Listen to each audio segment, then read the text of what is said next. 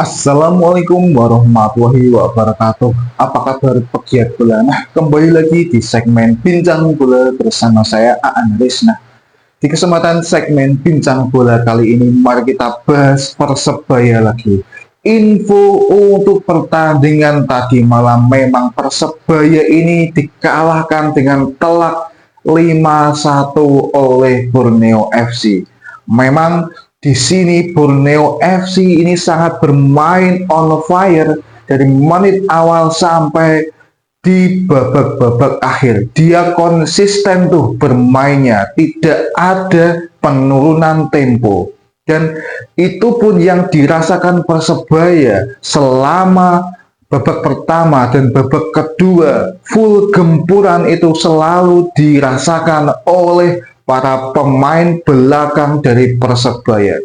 Bahkan di sini yang kita bangga-banggakan yaitu pertahanan dari Persebaya ini yang terkenal kuat, tetapi dalam pertandingan tadi malam ini benar-benar itu diobrak-abrik oleh para pemain Borneo FC. Kak Sambu, Peralta itu mampu menyulitkan pertahanan dari Persebaya Surabaya. Bahkan di lini tengah permainan Persebaya ini tidak terlihat sekali kreativitas permainannya, tidak terlihat sekali build up yang dilancarkan dari lini tengah, karena memang dari lini tengah Persebaya ini dikalahkan oleh para pemain lini tengah dari Borneo. Kei Hirose dan kawan-kawan ini mampu mendominasi lini tengah dan akhirnya lini tengah dikuasai dan build up itu masif dilakukan ke depan, dikirimkan oleh Peralta, dikirimkan oleh Kak Sambu, dikirimkan oleh Juan Villa. Itu luar biasa sekali. Memang kita harus mengakui kemasifan permainan dari Borneo FC tadi malam. Memang di sini permainan didominasi oleh Borneo FC. Seolah-olah Borneo FC ini mempunyai kekuatan lebih karena memang itu bertepatan dengan ulang tahun ke-12 dari Borneo FC dan ditambah lagi dia bermain di kandang. Itu seolah-olah dia mendapatkan kekuatan lebih untuk pertandingan tadi malam. Sebenarnya di sini kedua kiper dari kedua klub ini bermain sangat bagus, bermain sangat on fire. Nadio juga dengan penyelamatan dan save-nya itu luar biasa, dan juga kiper dari Persebaya itu juga sama juga. Dan memang di sini build up, karena build up yang dilakukan oleh Borneo FC ini lebih sering dan lebih masif, dan akhirnya kiper dari Persebaya ini tidak bisa membendung serangan-serangan yang ada dilancarkan oleh para pemain Borneo FC ini. Memang di sini save yang krusial ini sempat ditorehkan oleh penjaga gawang Persebaya, tetapi memang gol pertama yang ditorehkan oleh Borneo FC ini sangat memukau ya, yaitu yang dicetak oleh Juan Villa dengan kekuatan tendangannya di luar kotak penalti, itu tidak bisa dibendung tuh sama kiper dari Persebaya ini, dan itu membuahkan gol yang pertama buat Borneo FC di babak pertama juga.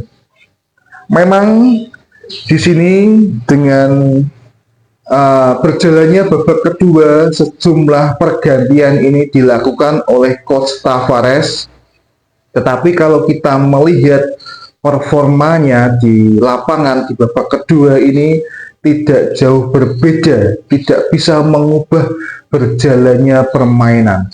Borneo FC ini tetap mendominasi permainan dengan pressing ketatnya, dengan permainan cepatnya, permainan ngototnya itu tetap ditunjukkan oleh pemain Borneo FC ini.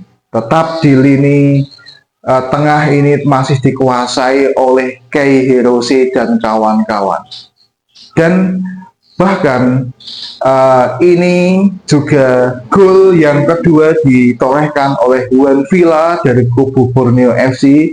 Ini berlangsung dari luar kotak penalti, dari tendangan bebas yang dilakukan oleh Juan Villa, dan akhirnya bersarang lagi gol yang kedua ke gawang Persebaya. Dan memang saya akui gol yang kedua yang ditorehkan oleh Juan Villa ini sangat luar biasa dan sangat susah di save ya, karena memang tendangannya ini pas di pojok kanan dari gawang Persebaya, walaupun sudah terbang tuh untuk save tapi tidak bisa dan tidak ngatasi, dan akhirnya gol itu dicetak oleh Juan Villa, brace buat Juan Villa. Dan tendangan bebas itu dilakukan karena memang Risto sempat melakukan pelanggaran dan akhirnya mendapatkan tendangan bebas itu ya. Dan tidak berselang lama, ini gol yang ketiga juga ditorehkan sama Peralta.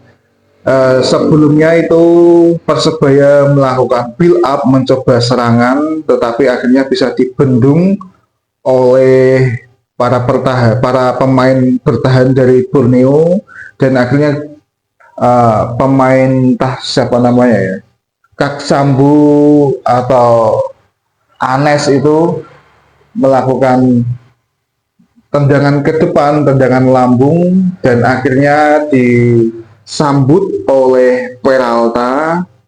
Oh tidak ya, Peralta ini melakukan solo run dari sisi pertahanan Borneo FC, digiring sendirian tuh menuju ke kotak penalti, melewati para pemain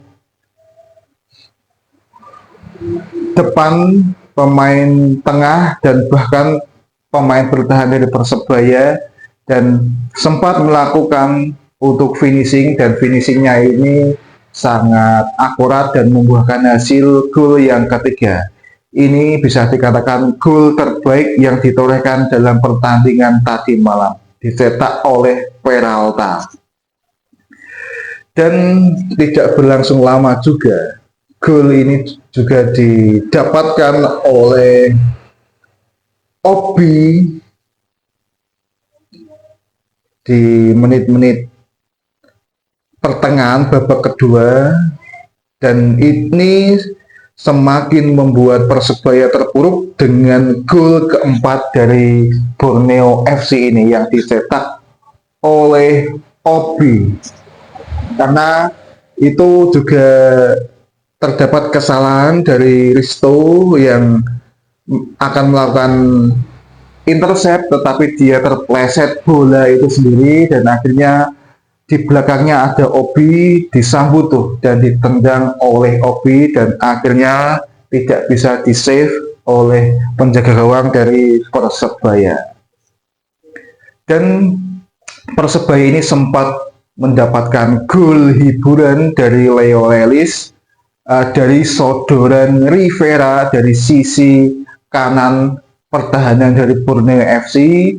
Terjadi kemelutuh, sempat disontek juga tapi masih bisa di-save, dan akhirnya bola liar bisa disambut lagi oleh Leo Lelis dan akhirnya mendapatkan gol untuk Persebaya. Tetapi kill the game ini belum selesai sampai menit-menit akhir, bahkan injury time. Borneo FC ini masih melakukan kekonsistenannya dalam melakukan serangan dan juga build up, dan itu bisa dibuktikan dengan gol kelima yang diciptakan oleh Astina. Ini menjadi kill the game, dan skor 5-1 ini ditorehkan dalam pertandingan hasil akhir dari Persebaya versus Borneo FC, dan banyak sekali yang harus dievaluasi dari kubu Persebaya sendiri. Walaupun sudah menurunkan para pemain intinya, bahkan Bruno Paraiba yang sempat beberapa pertandingan sebelumnya absen tidak bisa bertanding karena memang diharuskan dalam pertandingan tadi malam itu diturunkan, dan akhirnya bisa andil dalam pertandingan melawan Borneo FC. Tetapi nasi sudah menjadi bubur. Persebaya pada saat Bruno Paraiba ini diturunkan sudah ketinggalan 3 gol ya, 3 atau 2 gol itu ya, dan tidak bisa melakukan dampak yang signifikan juga buat Persebaya, dan bahkan para pemain-pemain intinya dalam pertandingan tadi malam ini tidak terlihat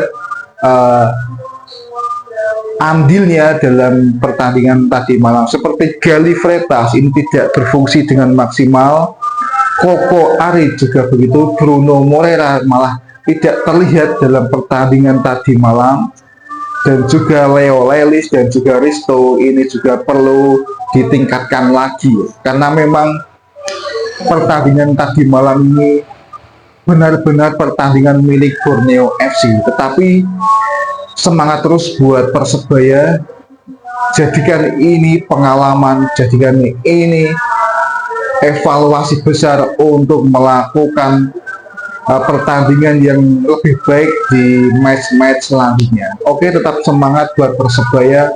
Kalau kalian bonek bonita menonton sampai di menit ini, tolong berikan ulasan kalian, berikan statement kalian terkait pembahasan ini di kolom komentar. Oke, mungkin cukup itu. Jangan tinggalkan like, komen, dan share ke teman-teman kalian supaya video ini bisa ditonton oleh bonek bonita dimanapun berada. Pokoknya salam satu nyali. Wassalamualaikum warahmatullahi wabarakatuh. Wami.